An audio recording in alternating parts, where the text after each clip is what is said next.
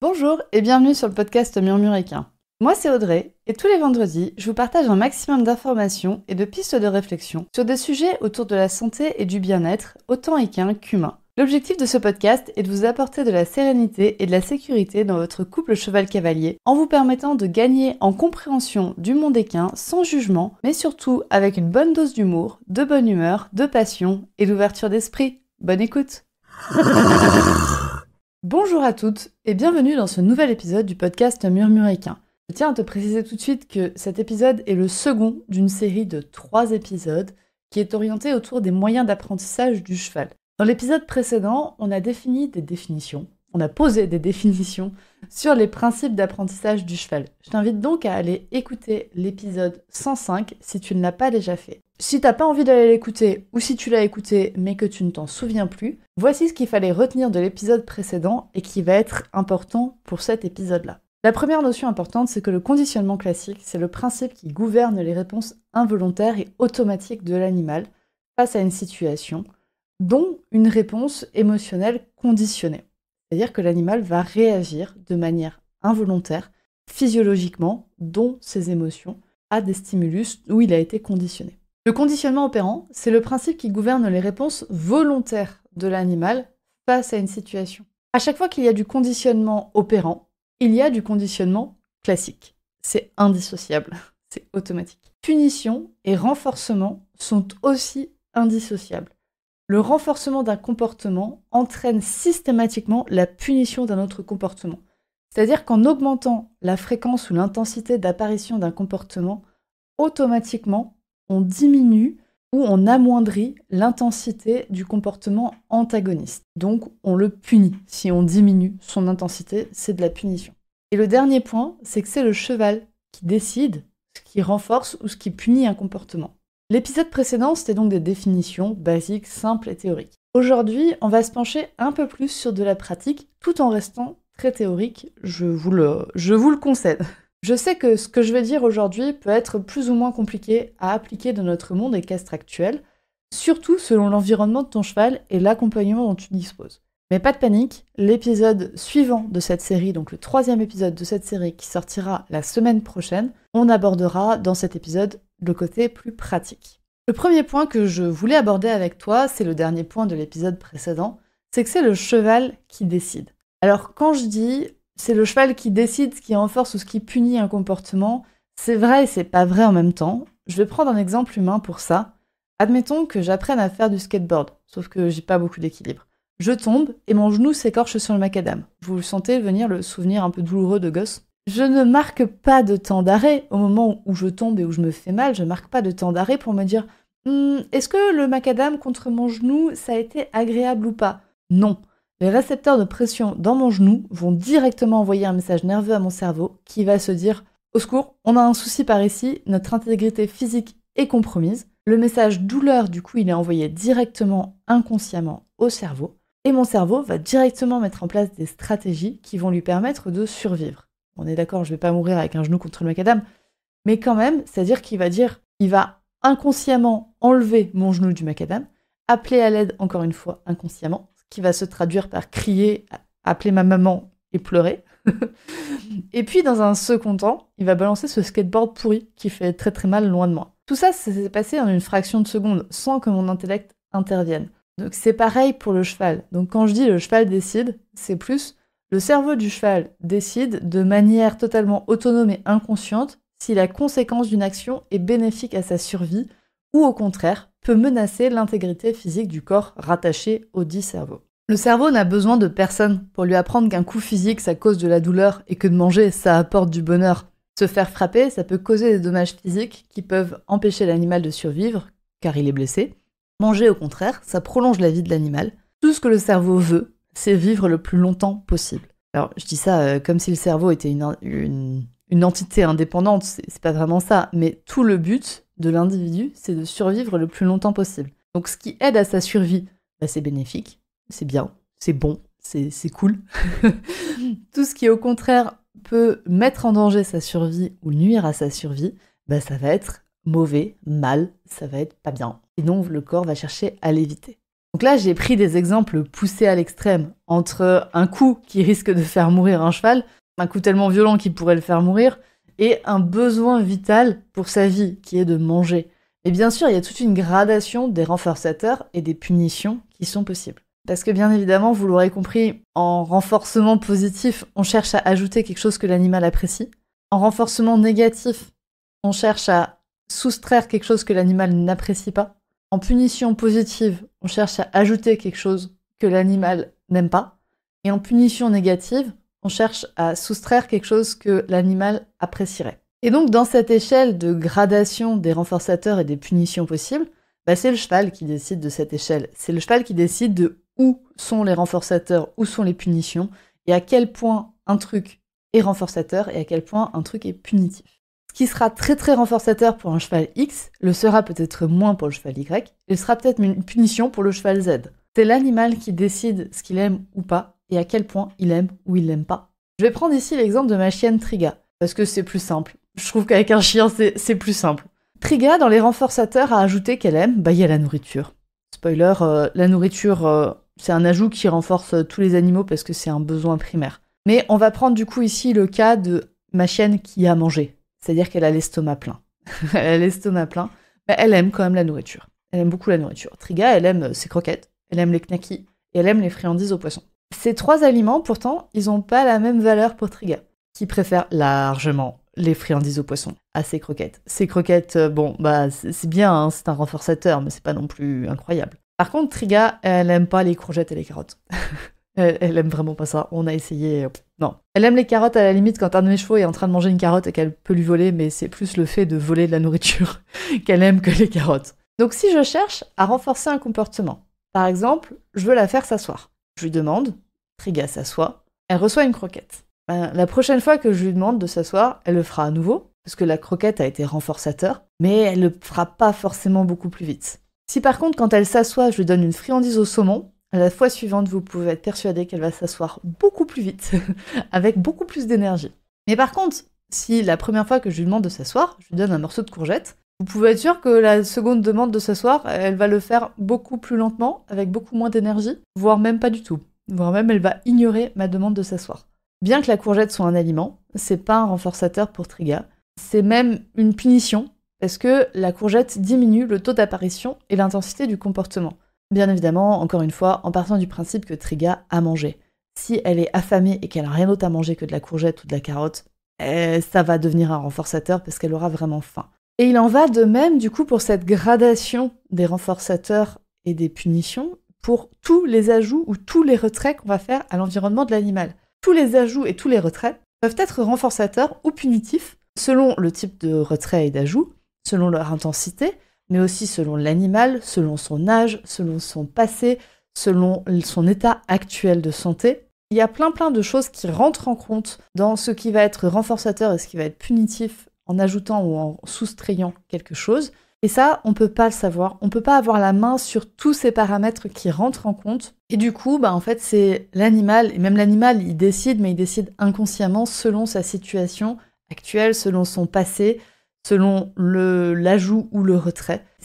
Nous, on ne peut pas savoir exactement ce qui va permettre, ce qui va être renforçateur, ce qui va être punitif. Même peut-être que les friandises au saumon que Triga, elle adore, maintenant elle est malade, ça va pas être un renforçateur, ça va être une punition. Si elle a mal au ventre, ça va être une punition. Pour vous illustrer la différence selon l'intensité de l'ajout ou du retrait, je vais vous prendre quelque chose qui est donc le même stimulus à la base, c'est-à-dire l'exemple de la main de l'humain.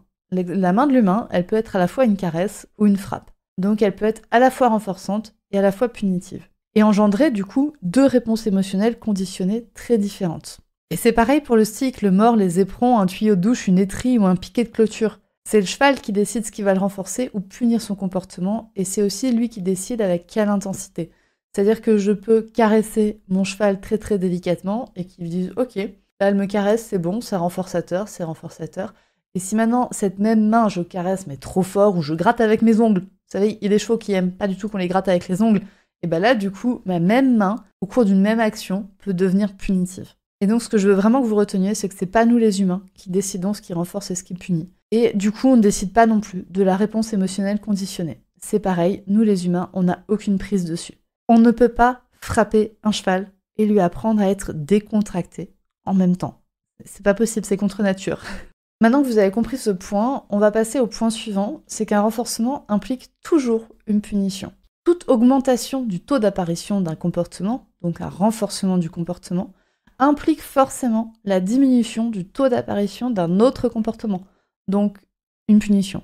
Si on diminue le taux d'apparition, c'est une punition. Le comportement, par exemple, marcher, et le comportement être à l'arrêt, ils sont antagonistes. Si je favorise l'apparition du comportement marche avant chez mon cheval, forcément, il va moins être à l'arrêt, et donc le comportement être à l'arrêt va moins apparaître. C'est pareil pour tout.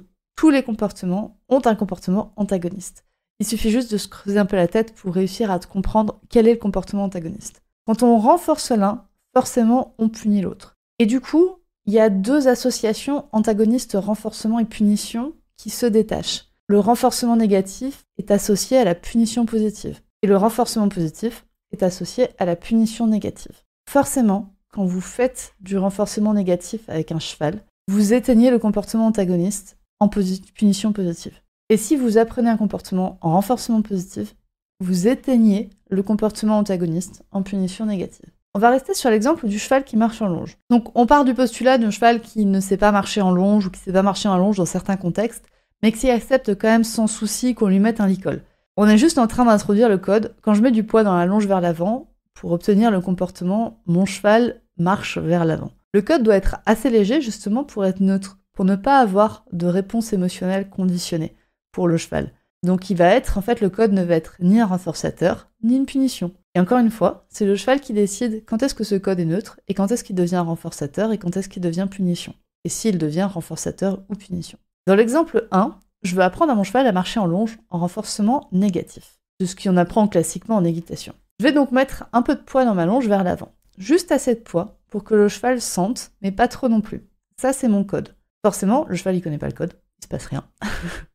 Donc, j'augmente la pression sur la longe jusqu'à ce que le cheval avance. Immédiatement quand il avance, et je dis bien sûr immédiatement, j'arrête la pression. C'est le retrait de cette pression sur la tête du cheval qui va entraîner une augmentation du comportement « j'avance ». C'est donc du renforcement négatif. Mais qu'est-ce qui s'est passé d'autre en même temps ? L'ajout de la pression, ça va diminuer le taux d'apparition du comportement « je reste à l'arrêt ». C'est-à-dire qu'on a fait de la punition positive. On a diminué un taux d'apparition en ajoutant quelque chose. Ça, c'était le premier exemple. Je vais vous prendre le deuxième exemple, toujours sur le même comportement, la marche, quand le cheval est sur un terrain en herbe, par exemple. Et je veux apprendre ce comportement en renforcement positif. Je veux coder ce comportement en renforcement positif. Je mets donc un peu de poids sur la longe vers l'avant. Il se passe rien. J'attends l'apparition du comportement « je marche ». Peut-être parce que le cheval, il marchera au début vers autre chose. On ne sait pas exactement. J'attends. Je vais poser ça là. Dès que le cheval marche, je donne une friandise. J'ajoute quelque chose qui va avoir tendance à augmenter l'apparition du comportement « je marche ». C'est du renforcement positif. Et le comportement « je reste arrêté », il s'est passé quoi pour lui ? En fait, j'ai enlevé la possibilité au cheval de manger de l'herbe, parce que maintenant il marche. Le comportement « je reste arrêté » a été puni par la soustraction de l'herbe, par la soustraction de la possibilité de manger de l'herbe. Je vous fais juste une petite remarque, le renforcement positif, c'est pas juste d'attendre que le cheval fasse quelque chose. Il y a plusieurs manières d'apprendre des comportements en renforcement positif, dont notamment le fait d'attendre, mais ça on en parlera peut-être dans un autre épisode. Ici je focus pas sur le renforcement positif, on est sur tous les moyens d'apprentissage du cheval. Du coup, vous avez compris maintenant que punition et renforcement sont indissociables l'un de l'autre. Donc un exercice que vous pouvez faire, c'est de réfléchir quand vous apprenez un comportement, quel comportement antagoniste vous allez punir, vous allez diminuer. Et je vous rappelle toujours que c'est le cheval qui décide ce qui est une punition et ce qui est un renforcement. Et c'est là que je rajoute maintenant la notion de réponse émotionnelle conditionnée. Tu te souviens de la notion de conditionnement classique ? Quoi que le cheval apprenne, il y a un conditionnement classique qui s'opère, et donc des réponses physiologiques irrésistibles, automatiques et involontaires de l'animal. Ces réponses physiologiques peuvent être une variation du rythme cardiaque, une variation de la contraction musculaire, une activation du système sympathique ou du parasympathique, ou une réponse émotionnelle du cheval. Il y a bien évidemment encore plein d'autres réponses physiologiques qui sont en jeu. Et le cadran du conditionnement opérant qui génère le plus de réponses émotionnelles négatives, c'est le cadran de la punition positive. Quand on utilise la punition positive chez un cheval, on remarque notamment une diminution des prises d'initiative de l'animal lors de l'entraînement et aussi en dehors de l'entraînement, donc les 23 heures sur 24 où vous n'êtes pas avec votre cheval. On remarque une augmentation des caractéristiques physiques associées à la peur, notamment une augmentation du rythme cardiaque, et on observe une diminution des signaux de bien-être du cheval. Donc qu'on soit d'accord, la punition positive, ça marche très bien dans l'apprentissage. Ça marche très bien, c'est le plus efficace pour apprendre immédiatement quelque chose à un animal. Par contre, le problème de la punition positive, c'est ses effets à long terme qui vont être délétères sur le bien-être de l'animal, sur le bien-être général. Autant sur ses capacités d'apprentissage que sur son bien-être, comme dit, général, les 23 heures sur 24 où vous n'êtes pas avec lui. Donc l'apprentissage à long terme va être délétère et les conditions de vie de l'animal vont être délétères. La punition positive, c'est donc le cadran à bannir le plus possible de nos interactions avec l'animal. Et c'est malheureusement le cadran qui est associé au renforcement négatif. Apprendre un comportement en renforcement négatif, ça implique obligatoirement la diminution de son comportement antagoniste avec de la punition positive. Et un autre des problèmes avec le renforcement négatif et la punition positive, avec ces deux associations, c'est que c'est très très facile de monter dans les tours, c'est-à-dire d'augmenter très fort les contraintes, les pressions qu'on va mettre sur l'animal sans qu'il ait la possibilité de s'y échapper. Et c'est cette augmentation très facile de la contrainte qui est aussi une des principales critiques de la punition positive et du renforcement négatif, et ce sont des critiques à juste terme. Et c'est le moment où je vous rappelle l'existence de l'échelle de gradation des renforcements et des punitions. Parce que là, je vous vois arriver à me dire oui, mais c'est bon, quand je mets une pression sur mon cheval avec la longe, je lui casse pas non plus un os, hein. Bien entendu que de casser l'os nasal de votre cheval avec un coup de licol, c'est pas la même que de lui appliquer une pression d'1 kilo sur la longe. Non, c'est pas la même, hein. Mais dans tous les cas, il va y avoir une dégradation du bien-être de l'animal. Voilà, je vous le pose. Et encore une fois, on est d'accord, la punition positive, ça reste aussi nécessaire dans certains cas, et notamment dans les cas d'urgence. Dans le cas d'un cheval dangereux pour lui-même et pour son entourage, sans possibilité de manager l'environnement immédiat. Là, il n'y a pas à réfléchir, on punit l'animal en ajoutant quelque chose que l'animal n'aime pas, un bon coup de stick. Mais ça, c'est pour moi vraiment dans les cas où on ne peut pas manager l'environnement, en fait. C'est les cas où on est dans une situation extrême. Le cheval est chez le vétérinaire, par exemple, il souffre, il a mal. C'est des conditions qui sont difficiles. Et en plus, il a peur d'un truc. Il faut qu'il rentre dans cette salle d'examen, par exemple. Il faut qu'il rentre dans cette salle d'examen. Mais sauf que là, il y a tellement de trucs qui se passent pour le cheval qui ne veut pas passer la porte. Oui, on lui balance un coup de stick sur le cul si c'est la seule manière qu'il rentre dans cette salle d'opération pour se faire opérer de sa colique. Mais dans plein d'autres cas, en fait, on peut relativement manager l'environnement pour apprendre au cheval et pour qu'on n'ait pas à utiliser la punition positive. Et j'en entends d'autres arriver en me disant que les animaux utilisent la punition positive entre eux. Oui. Oui, les animaux se punissent entre eux. Oui, les chevaux se tapent.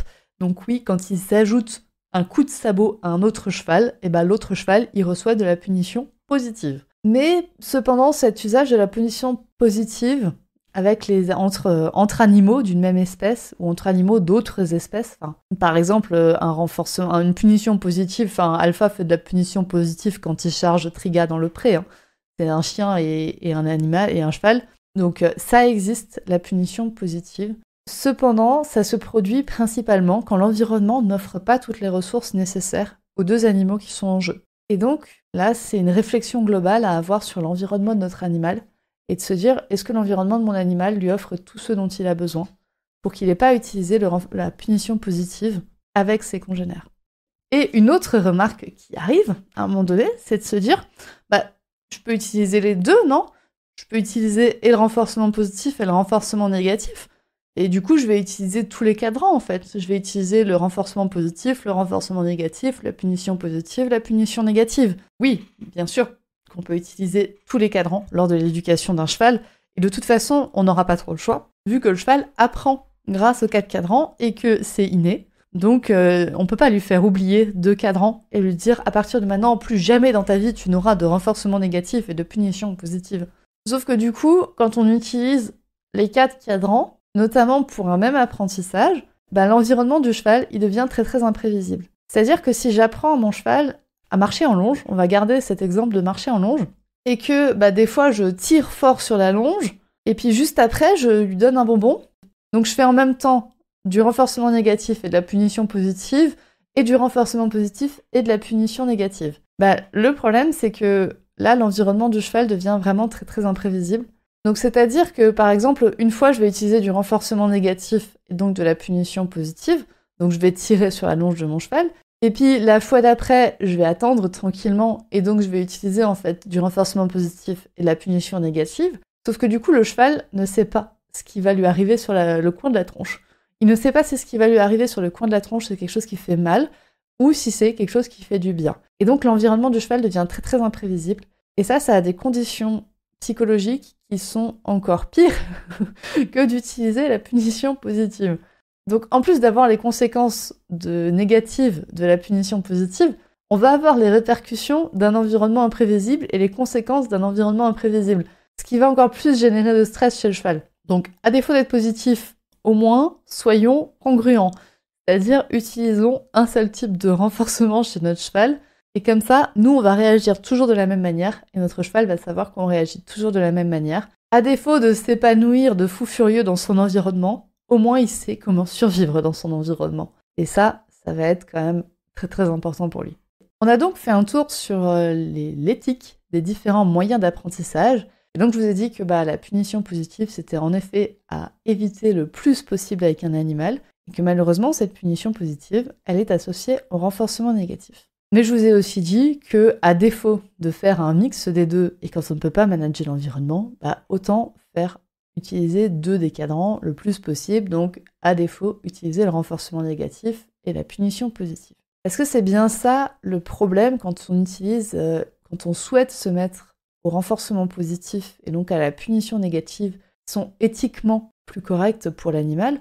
Et encore une fois, je vous le rappelle, c'est le cheval qui décide. Donc c'est le cheval qui décide aussi de son éthique. C'est pas vous qui décidez de l'éthique que vous allez appliquer, c'est le cheval qui décide de son éthique. Mais le problème, c'est cette mise en pratique, parce que le renforcement positif va demander énormément de management de l'environnement, ce qui n'est pas forcément facile dans nos vies de cavalier. Et le deuxième problème, c'est l'encadrement qu'on va bénéficier et le regard des autres. C'est-à-dire qu'actuellement, le monde de l'équitation, c'est du renforcement négatif et de la punition positive. Et donc, comment on fait quand on veut faire autre chose ? Ça peut être compliqué de savoir quoi faire parce qu'on se retrouve en fait tout seul. Et ces 2 problématiques, donc le fait de se retrouver seul et le regard des autres, et le fait de devoir manager l'environnement, je vous propose qu'on en parle du coup dans le prochain épisode de cette série de 3 épisodes. Comment mettre en pratique concrètement les moyens d'apprentissage dans l'éducation de notre cheval et comment avoir une équitation la plus éthique possible. Je vous remercie pour votre écoute et je vous donne donc rendez-vous la semaine prochaine. Bonne journée! Et voilà, c'est la fin de cet épisode du podcast Murmuréquin. J'espère que cet épisode vous a plu. Si c'est le cas, n'hésitez pas à venir me le dire sur Instagram ou par mail. Vous pouvez aussi partager l'épisode à une personne qui veut en apprendre plus sur les chevaux. Et si vous avez envie de soutenir un média qui a comme ambition de propager le savoir au plus grand nombre et ainsi d'améliorer la vie de nos compagnons à crinière, vous pouvez le faire dès aujourd'hui en faisant un don sur le compte Tipeee du podcast Murmuréquin. Je vous laisse donc le lien de mon compte Tipeee dans la description de cet épisode et je vous remercie au plus profond de mon cœur si vous m'aidez dans le projet fou de ce podcast qui est de rendre le savoir équin toujours plus accessible pour tout le monde. On se retrouve vendredi prochain pour un nouvel épisode. À bientôt!